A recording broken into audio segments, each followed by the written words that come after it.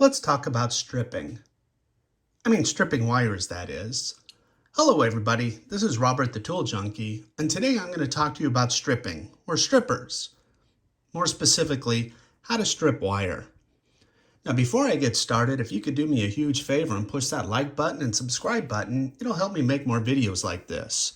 But when it comes to stripping wire, here's a piece of 12 gauge. And often we have many different choices. We've seen this type of stripper. This is by Ideal, where you put the wire into the correct spot. When you close down, it pinches on the wire there. The cutter head then strips the wire. Or we can use this type. This is by Klein. It has the different sizes here, and you basically line your wire up to the correct one, close it up, pull it off. Works great. Sometimes I've seen guys take the utility knife and they'll just cut around like that. Or they'll take their lineman's pliers, they'll put it in here, spin the wire around. That works too, but obviously a dedicated stripper would be your best bet. But what do you do here when you have something like this? This is 12-3, so it's got this nice sheath around the wires inside, and we don't want to damage the inside wires, do we? So obviously this isn't going to work unless we use the cutter head here. I've seen people in the trades do that, and they'll just spin it around really carefully and try to score it that way, but it's all feel in the hand. Same thing with the cutters on your lineman's pliers.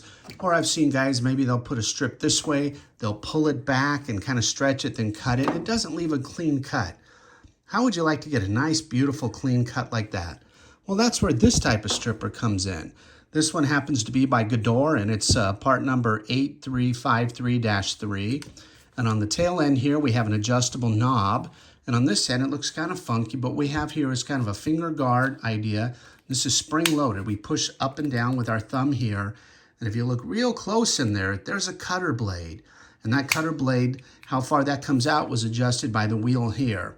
And this one happens to go from 4 to 16 millimeters. But I've already preset this, if you will, to this. How do we use it? Well, we open this up. We find our desired spot that we want to cut. And we let that go inside like that, and we spin this around a couple of times. Sometimes I'll go backwards, but not always necessary. Open it up, and now what we do is actually, we shouldn't have opened that up yet. So while it was still down, we just pull straight out, and hopefully I did that correctly. And it scores this here, and I probably could have given it a little more pressure, but you can see what it does here. It scores right to that line, and then we peel this off.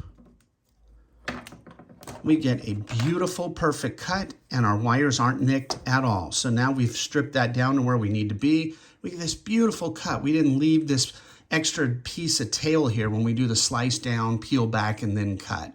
So for me, if I'm gonna do it, I want the right tool for the right job. I get this beautiful cut end. I didn't mark my wires in any way, and this one didn't require any special skills. I didn't have to use my cutting edge here and do it just carefully. I didn't have to do this and score it just right and hope I didn't nick the wire. And if I got distracted for anything, I could have ruined a good piece of 12-3. And I have to tell you, if you're doing your finished electrical work, the house is already wired, you've got this sticking out the box, you do not want to screw that up. So this is really the nice way to go. Anyway, thank you again for staying to the end of the video, and stay tuned for our next one soon.